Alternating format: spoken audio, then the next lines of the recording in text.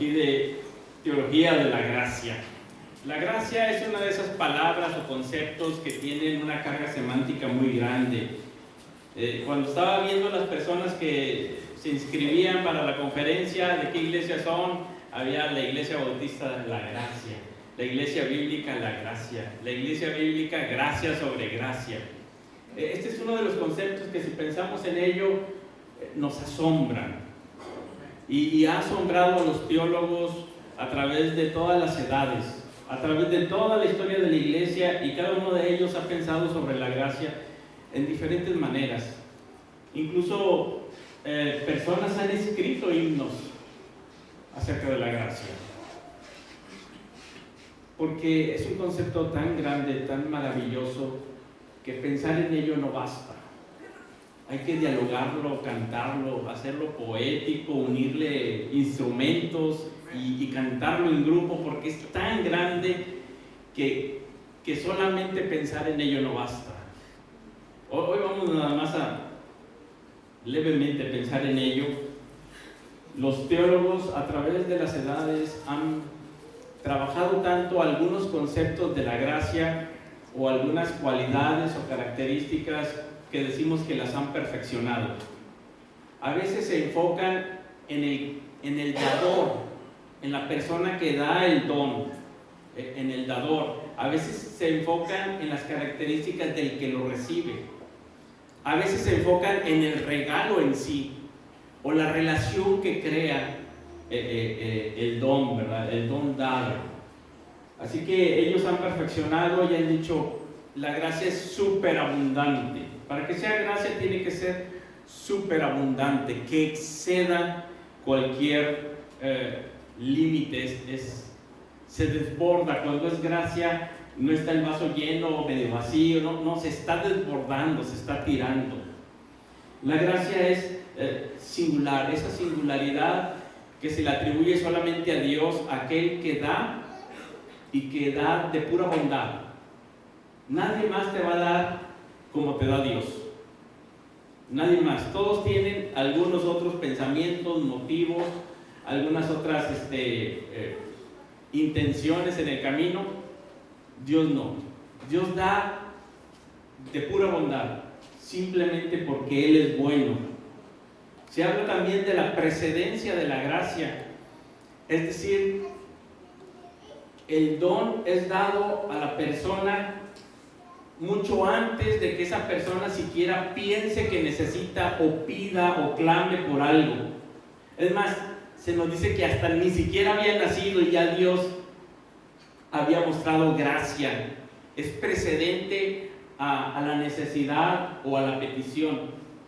Ni siquiera se le había ocurrido a la otra persona y ya había ahí gracia. Es incongruente, es decir, le da al que no lo merece, al injusto. No es congruente, ¿verdad? Nosotros le damos al que se lo merece.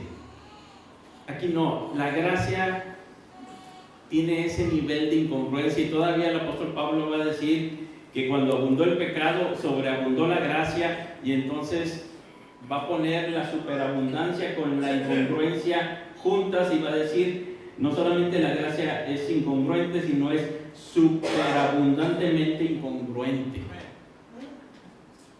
Porque cuando ya había incongruencia, el pecado todavía abundó más y hizo que esa incongruencia fuera superabundantemente incongruente. Y dice: de ese grado está la gracia que se otorga a alguien que no es digno. Y ahí hay mucho riesgo, ¿verdad? Dios se arriesgó con todos nosotros al mostrarnos su gracia. Porque, ¿y qué tal si éramos como los leprosos sanados que no regresamos ni a darle las gracias? El apóstol Pablo va a decir que ese es el deber más básico, que los hombres, envaneciéndose en sus razonamientos, se entenebrecieron y no le dieron ni siquiera gracias, y adoraron a las criaturas antes que al Creador, y ni siquiera dieron la vuelta para decirle gracias. Entonces aquí hay una incongruencia, pero que también es muy arriesgada. También se habla de la eficacia de la gracia. La gracia que logra aquello para lo cual fue dada. Logra el objetivo, hace la transformación para lo cual se dio el regalo. Es como si te dieran un regalo y fuera el regalo ideal, indicado que tú necesitabas. Y ni siquiera sabías que lo necesitabas. Yo puedo regalar, no sé, ¿a quién? A Carlos, a lo mejor le regalo un libro que es de biología y a mí me gustó mucho. Pero él dice, a mí eso no me interesa. Y lo va a usar ahí para, no sé, nivelar una mesa o... No lo va a usar como libro, lo va a usar para otra cosa. Entonces, ahí no hay eficacia, pero aquí la gracia de Dios es eficaz. Ahora también manejan no circularidad, es decir, no hay manera de pagarlo o retornarle. Porque hay regalos que crean esa... como que esa responsabilidad o deber para con el otro. Tú me das hoy por mí, mañana por ti, y hay una como que reciprocidad, hay una circularidad, hay un cierto compromiso. Por eso algunos de repente decían, pues no quiero aceptar un regalo, porque si es un regalo grande, un regalo importante, me va a comprometer con la persona. Incluso en nuestra sociedad, si eso se da en el ámbito de los negocios, se puede pensar que hay ahí algo de corrupción o conflicto de intereses, le llaman. Dicen, no aceptes ese regalo, es muy grande, excede cierta cifra, y sin embargo Dios nos daba el regalo más grande que jamás pudo haber dado nadie. Y no hay manera de retornarle ni de retribuirle. Y entonces algunos dicen, ¿sabes qué? No hay circularidad en cuanto a la gracia. No podemos decir, Dios, hoy por mí, mañana por ti, porque nunca va a ser ese mañana por Él, porque Él es un ser no necesitado. Él es un ser bienaventurado y jamás va a ser mañana por Él. No hay nada que tú y yo podamos hacer jamás para regresarle. Y sin embargo, parece ser que la Escritura sí nos pide que regresemos algo, y es ahí donde los teólogos, algunos van a decir, no, yo voy a enfatizar la superabundancia y la eficacia, yo la incongruencia, yo la no circularidad, y en el camino de los años, algunos van a enfatizar unas cosas, otros otras, y mientras enfatizan unas y otras se van a llamar unos a otros herejes, ¿verdad? O sea, ya sabemos esto, son humanos como tú y como yo. Entonces, teniendo esto como contexto, en cuanto a las perfecciones de la gracia, ahí grábenselos: superabundancia, no circularidad, singularidad, incongruencia, precedencia, eficacia. Vamos a platicar un poquito acerca de cómo se fue desarrollando el concepto y esta teología de la gracia a través de los años. Y empezamos con el don.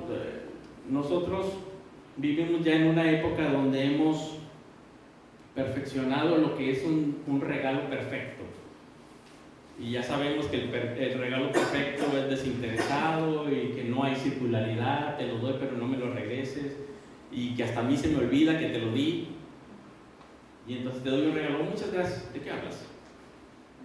Ya lo olvidé, ni lo menciones, fue de aquí para allá y la mano derecha no supo lo que hizo la izquierda, etcétera, ¿verdad? Entonces tenemos que en el tiempo antiguo no era así, había cierta reciprocidad. Por ejemplo, en el tiempo de los griegos, creo que ese Hesíodo el que está escribiendo aquí, y dice, invita a un amigo, pero no a tu enemigo a cenar. Sobre todo, sé cordial con tu vecino, porque si los problemas llegan a casa, el vecino está ahí cerca. Mide con cuidado cuando tengas que pedir prestado a tu vecino, entonces devuélvele lo mismo o más de ser posible, y tendrás un amigo en tiempo de necesidad. Evita el dinero sucio, porque la ganancia deshonesta es lo mismo que el fracaso. Ama a tus amigos, visita a los que te visitan y da al que da, pero no des a quien no da. Damos a una persona generosa dotes, pero nadie da a alguien que es tacaño a dotes, ¿verdad? El hombre que da sin titubear se alegra de corazón, se regocija con su regalo, pero si un hombre olvida su vergüenza y toma algo, por pequeño que sea, su corazón se vuelve rígido y frío. Y esta era como que la forma normal, dar y recibir, y entras en un círculo de cierta relación con las personas que en cierto sentido es benéfico.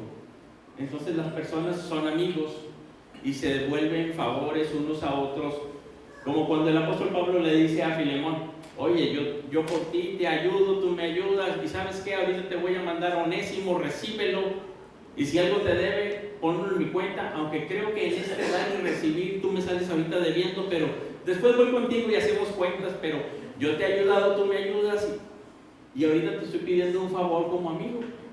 Te lo puedo ordenar como apóstol, pero te lo voy a pedir como amigo, porque hemos entrado en ese dar y recibir, ¿verdad? En esa relación de reciprocidad en el regalo.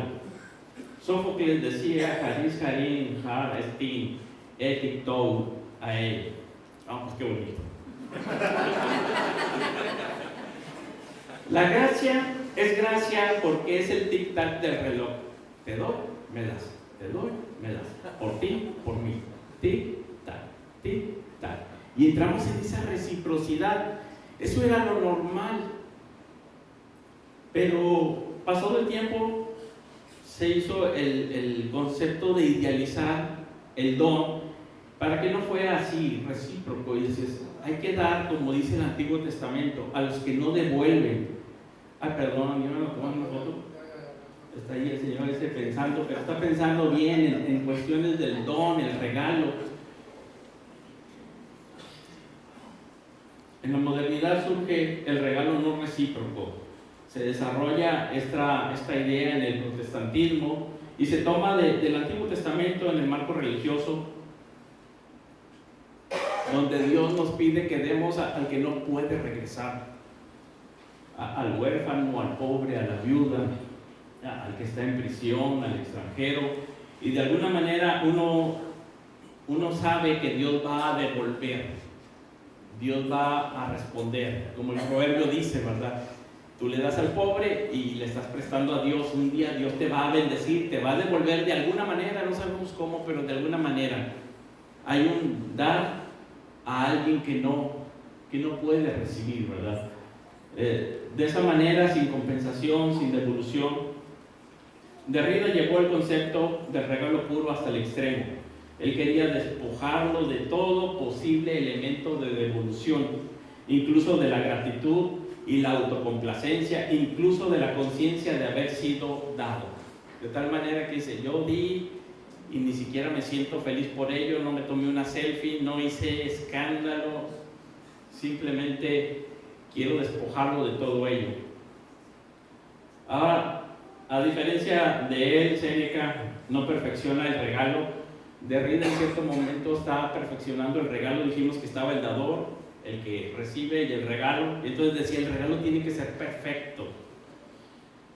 Pero Séneca decía, no, al dar lo que debemos de buscar es la relación, ¿sí? Lo que él quiere perfeccionar es la buena voluntad y la gratitud entre las personas, porque eso crea una sociedad. Así te muestras amigo con los amigos y entonces hay esa fraternidad y esas relaciones que cuando tú le pides un favor a alguien, ahí está para ayudarte, está como un amigo, ¿verdad? Entonces dicen, es mejor este amigo que está cerca que el hermano que vive allá muy lejos, ¿verdad? Dice el proverbio, porque ya has estrechado relaciones. Entonces Séneca decía, es mejor la relación. El otro decía, no, lo importante es el regalo. Y así cada quien, como que estos conceptos se fueron pasando también al ámbito teológico, no solamente al filosófico, y pensando ahora no solamente con las personas que nos damos algunos bienes, que pueden ser algunos mayores, otros menores, sino pensando en el don más grande que nos ha dado Dios en Jesucristo, como un don histórico, como un don que es un acontecimiento en su muerte y resurrección. Hay muchos dones que nos da Dios, muchos, y algunos va a decir, hace llover y hace salir su sol, pero los teólogos empezaron a decir, ¿y cuál es el don mayor? El don de Jesucristo como un acontecimiento histórico en la muerte y resurrección de Cristo. Y entonces empezaron a pensar cómo sería ese don y esa gracia, y perfeccionaron algunas partes de la gracia. Aquí teníamos a Marción, que decía: Dios no solo es bonus, sino optimus. O sea, no solamente es bueno, sino es el máximo, lo máximo toda buena dádiva viene de ese Dios Optimus. De ahí va a venir lo mejor. Por eso nos decía ahorita Carlos en la sesión anterior que no podía entender al Dios del Antiguo Testamento porque parecía que estaba enojado y dice: ese no es Optimus. Vamos a quitar el Antiguo Testamento, o este no es el Dios que yo creo. Cuando yo hablo de gracia, a mí me gustaría hablar de gracia donde todo sea bonito. Y a veces así nos gusta, ¿verdad? La gracia. No, hay que ser llenos de gracia como nuestro Señor, el del Nuevo Testamento, como el Señor Jesucristo, como el de las bienaventuranzas en el monte, como el que come con los pobres, como ese Señor bondadoso que es lleno de gracia. Por eso Él insiste en la extremidad e irracionalidad de la gracia, otorgada en abundancia incluso a aquellos que no son suyos. Y Él va a decir: Dios es bueno en Jesucristo y otorga su gracia con abundancia, pero no puede conciliar la gracia con la justicia. Batalla en eso, y seguramente muchos batallamos. ¿Cómo vas a ser bueno pero también eres justo? Es difícil.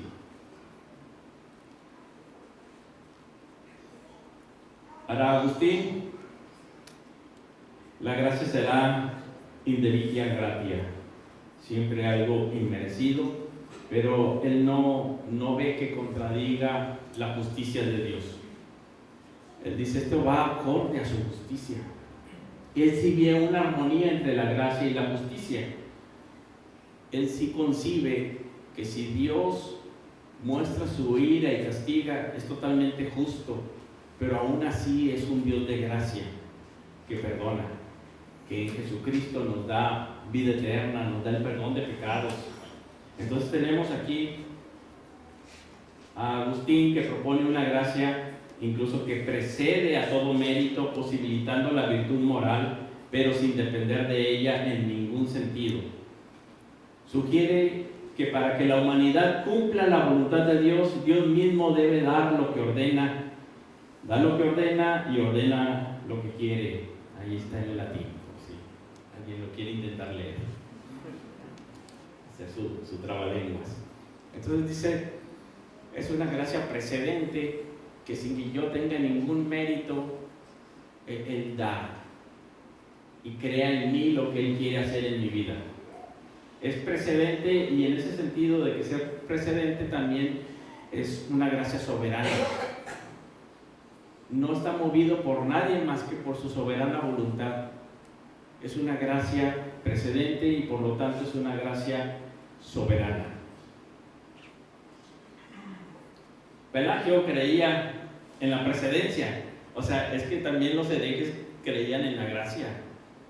No pensemos que es que ellos no creen en la gracia, pero nada más en ciertos aspectos, ¿verdad? No en todo. Y perfeccionan algunas características de la gracia, pero no pueden compaginarlas con otras. Entonces tienen sus dificultades. Él pensaba en la precedencia y en la superabundancia de la gracia. Esto no era suficiente para Agustín. Él decía: bueno, la gracia sí viene antes de mí, pero yo tengo mi voluntad para hacer la voluntad de Dios, y la gracia me ayuda. Claro que Agustín le va a decir: pues si te ayuda, pues, si tú puedes hacerlo, ¿para qué quieres la gracia? Hazlo tú solo, si ya tienes tu voluntad lista para hacerlo. Y le va a decir: no basta nada más con obedecerlo, es necesario disfrutarlo, amarlo. Y puede ser que obedezcas, parece, pero dice: necesitas disfrutarlo incluso en el camino. Así que nuestro querer y actuar no solo requiere conocimiento y libertad de voluntad, sino un deleite o amor a Dios que solo Él mismo puede proporcionar. Lutero contribuyó con una nueva perfección del don como un altruismo puro. Lutero reacciona enérgicamente contra el mérito. Y van a ver esas películas donde reacciona contra las indulgencias y sus tesis, y reacciona contra cualquier idea de mérito en el ser humano. Ese sistema decía que la gracia de Dios se otorga a quienes han realizado al menos un mínimo de esfuerzo o penitencia, y entonces ya hay algo de mérito en el hombre. Y él decía, no puede ser. Va a reaccionar en contra de cualquier mérito humano. Para Lutero, la gracia de Dios ha sido dada en Cristo de una vez por todas, y no hay nada que los humanos puedan o deban hacer para obtenerlo, ni ahora ni nunca. Nunca jamás. Sin mérito. Resalta la incongruencia y la no circularidad de la gracia. Aunque en cierto sentido el apóstol Pablo habla de algo circular, pero que nunca paga. Lo veremos ahorita en Romanos, porque les va a pedir que se presenten como sacrificio vivo a Dios, como respuesta a la gracia. A los corintios les va a decir que no reciban la gracia de Dios en vano, que respondan, y que hay una respuesta que dar, que no es circular y jamás va a pagar, pero sí se requiere una respuesta del ser humano que recibe la gracia de Dios. Lutero insiste en que la gracia no solo es incongruente al inicio, sino que permanece perpetuamente así, como un rasgo estructural de la vida cristiana. La justicia de los creyentes nunca es suya, sino que sigue siendo la justicia de Cristo, una incongruencia permanente. Él dice, tú eres un pecador y toda la vida vas a ser un pecador, y eres alguien que es justo por la fe en Jesucristo y vas a ser justo hasta el final. Las dos cosas al mismo tiempo, como esa yuxtaposición de elementos pues contradictorios en él. Creo que por ahí mi hijo trae la playera esta que dice, creo que aquí lo tengo. Aquí está. Simul justus et peccator. Dice, vas a vivir toda tu vida al mismo tiempo como justo y pecador. Jamás vas a progresar, siempre vas a ser un pecador y un justo. Un pecador gracias a ti y un justo gracias a Cristo. De aquí hasta que termine tu vida, donde Dios te transformará. En cambio, Calvino va a decir que sí va a haber progreso, ¿verdad? Así que Lutero va a decir que la superabundancia de la gracia y la precedencia y esta incongruencia es lo más notable de la gracia. Incongruente, superabundante y precedente. Precedente para que no haya ningún mérito. No habían hecho ni aún ni bien ni mal, no habían ni siquiera nacido, y ya Dios por su gracia había elegido. Precedente, sin bien ni mal, ¿sí? Sin mérito alguno. Calvino ve la gracia de Dios en la creación, en la providencia y en la historia. Él va a emplear unos términos como gracia genérica o común para referirse a todos los beneficios que Dios inunda y mantiene al mundo a pesar de su caída. Una gracia genérica o común para todos, y una gracia especial para algunas personas a quienes dota de ciertas habilidades, talentos o aptitudes extraordinarias, aun y que no sean creyentes. De tal manera que él va a ver ahí una gracia especial de Dios en ciertas personas. ¿Por qué? Porque Dios quiso. Porque Él soberanamente así lo quiso, y a algunos les otorgó unas habilidades excepcionales. Así que Él va a ver gracia común y gracia especial, no necesariamente para creyentes, también para no creyentes que de repente son unos virtuosos en algún área, unos genios en algún área, habilidosos en algún área, y eso lo hace Dios por su gracia. Calvino insiste en que la gracia de Dios es gratuita, es decir, no hay ni un elemento de retorno. no circularidad.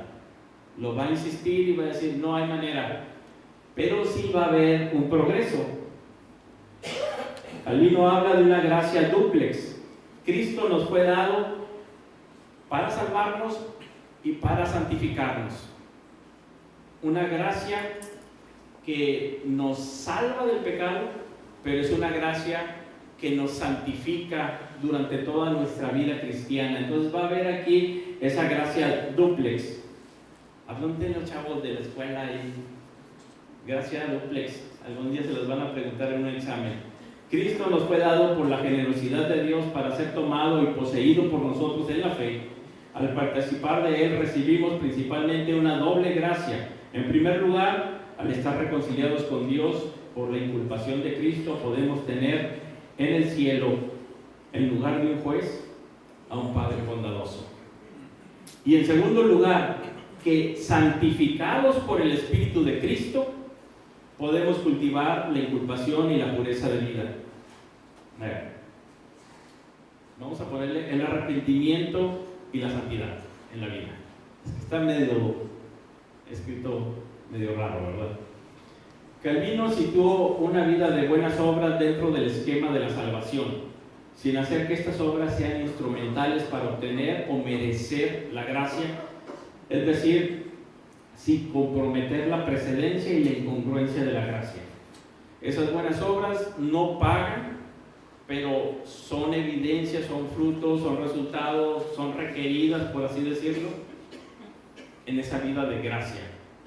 Como dice el apóstol Pablo, perseveraremos en el pecado para que la gracia abunde. De ninguna manera. Los que han recibido la gracia de Dios han muerto al pecado y viven para Dios en cuerpos moribundos, pero con una vida nueva que se expresa a través de esos cuerpos, que no son solamente el cuerpo, sino que dice que el cuerpo es la persona. Y por eso les dice, presenten vuestros miembros a Dios, y luego dice, presentaos vosotros mismos, como uniendo y haciendo corporal esa gracia, y diciendo que la gracia se encarna, se materializa, se corporaliza, y dice, presenten sus cuerpos como sacrificio vivo.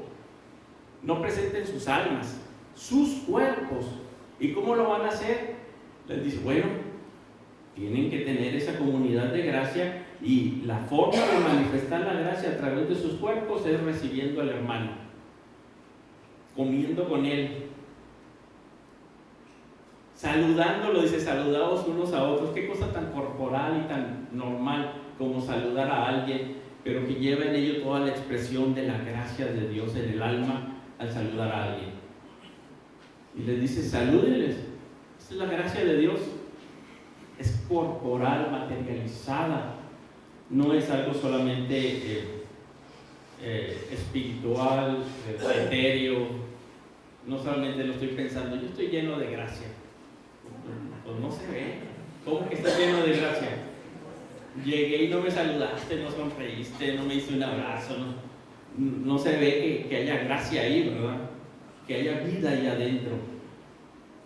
A diferencia de Lutero, Calvino hace hincapié en el camino del creyente como una vida de avance, crecimiento, lucha, como una carrera de toda la vida, donde va el camino del justo creciendo hasta que el día es perfecto, como el sol que avanza, ¿verdad? Que crece.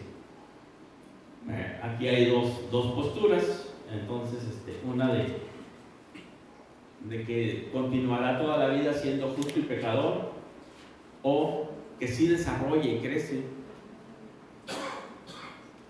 hasta el día de Jesucristo y va desarrollando una vida de avance en la gracia, un crecer en esa gracia, como dice el apóstol Pedro, que crezcamos en la gracia y el conocimiento de nuestro Señor Jesucristo.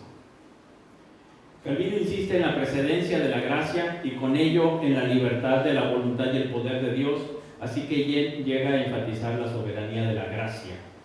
Y esto está estrechamente ligado con la incongruencia de la gracia. Entonces es precedente, y como es precedente, es libre en absoluto, es gracia soberana, en ese sentido, ¿verdad? De que no hay nadie, ni siquiera los seres humanos habíamos nacido, ni siquiera lo habíamos pensado, ni siquiera sabíamos que lo necesitábamos, ni siquiera lo habíamos pedido, y ya Dios estaba manifestando su gracia. Así que, ¿cuáles son las perfecciones de la gracia? Aquí no circularidad. Esto nos lleva a varias aplicaciones en nuestras vidas. Una de ellas que muestra el apóstol Pablo en la epístola a los Gálatas es la recalibración del valor. Las comunidades de gracia ya no son como las comunidades religiosas anteriores. Las cosas que eran valiosas se han recalibrado de tal manera que ahora dice allí en Gálatas, ya no importa si eres judío, varón y libre. Puedes ser esclavo, gentil o mujer. Ya no importa. Hay un cambio. Incluso al inicio lo saca de onda porque ustedes van a ver ahí en Gálatas cómo ellos dicen, pues es que vinieron unos de Jerusalén a hablarnos del Evangelio. ¿Y se acuerdan del mismo apóstol Pedro que comía con los gentiles? Llegaron los de Jerusalén, porque esos de Jerusalén son los importantes, ¿no? Pues allá se inició todo, entonces Jerusalén es importante. Si llegaron los de Jerusalén y Pedro cambió su forma de comportarse, porque los de Jerusalén mandaban, ¿verdad? Todos saben que eran varones judíos y libres. O sea, esos son los que mandan. Y en cambio el apóstol Pablo les dice, yo cuando escuché el Evangelio no subí a Jerusalén. ¿Se acuerdan de eso? Fíjense nada más cómo lo insiste ahí en Gálatas al final del capítulo 1. Después, pasados 3 años, subí a Jerusalén. O sea, después de 3 años subí a Jerusalén. Y dice que solamente permaneció con Pedro 15 días. No recibió ahí toda la revelación del Evangelio en 15 días. Dice, no recibí nada nuevo cuando estuve ahí con él. Y después, no solamente eso, me fui a las regiones de Siria, Cilicia, además de que había estado en Arabia. Y dice el capítulo 2, versículo 1, después pasados 14 años, subí otra vez a Jerusalén. O sea, se convierte y no sube a Jerusalén hasta los 3 años. Llega y nada más está 15 días. Y luego se va y 14 años después vuelve a Jerusalén. Entonces está diciendo, es que Jerusalén no es importante. Ustedes dicen, vinieron los de Jerusalén. Pues yo anduve en Arabia, en Siria, en Cilicia. No anduve en Jerusalén. De ahí no viene el evangelio que estoy predicando. De ahí fui y 15 días. Y entonces está recalibrando lo que es valioso. Y les dice, a mí no me importa si vienen de Jerusalén, incluso si un ángel del cielo baja y les predica otro evangelio, sea anatema, porque ese no es el evangelio de la gracia de Dios. Y les recalibra todo, porque ellos venían y querían sentarse en las primeras filas y llegaron ahora a una comunidad de gracia donde se sientan en círculo y todos son primera fila. Ellos querían sentarse en la cabecera y llegaron a comer y usaban mesas redondas. Ellos creían que por ser hombre ya voy a mandar. Es que yo soy hombre, yo tengo que mandar. Es que yo soy judío, es que yo soy libre, yo tengo que mandar. Y el apóstol les dice, no me importa que seas judío o gentil, esclavo o libre, hombre o mujer. Lo que me importa es, ¿andas en el Espíritu? Andas en el Espíritu, porque eso es lo que va a importar en esta comunidad de gracia. Los espirituales, que son personas restauradoras, que muestran esas gracias soportando a los hermanos, amonestándoles con espíritu de mansedumbre, sobrellevando las cargas los unos de los otros, cumpliendo así la ley de Cristo. Ah, caray, yo me había preparado nada más porque era hombre. Pues no. Y les mueve toda la recalibración esta que les hace del valor y de lo que es importante ahora en una comunidad de gracia. Esa gracia superabundante, eficaz, esa gracia incongruente, no circular, esa gracia precedente, esa gracia singular de nuestro Dios, dice, se tiene que manifestar en una comunidad de gracia, en una comunidad que además no es manipulada por la mala conciencia. No es esa gracia que te hace sentir un miserable. Si es incongruente. Y Dios me amó cuando yo era su enemigo, indigno, pero no me hace sentir miserable. Y les dice ahí a los Gálatas, en la religión que no es de gracia, ahí sí, dice, se metían los hermanos escondidas tratando de reducirnos a servidumbre, a manipularnos por la mala conciencia.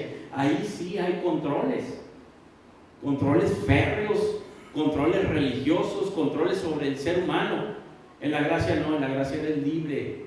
Estate pues firme en la libertad con que Cristo te hizo firme, no caigas de la gracia, eres libre. Sí, somos unos miserables, pero la gracia de Dios nos levanta y nos hace libres. No nos hace para sojuzgar a otros, manipulándolos por su mala conciencia. Y en Romanos nos va a decir que además esa gracia se hace corporal, se corporaliza, se materializa, de tal manera que ahora nosotros presentamos nuestros cuerpos, nosotros mismos, materialmente, corporalmente, como instrumentos de la gracia. Así que cada uno, según el don de gracia que ha recibido, ministrelo a los otros, y va esa vida de cuerpo donde se reciben los unos a los otros como Cristo nos recibió, como Dios nos recibió, de pura gracia.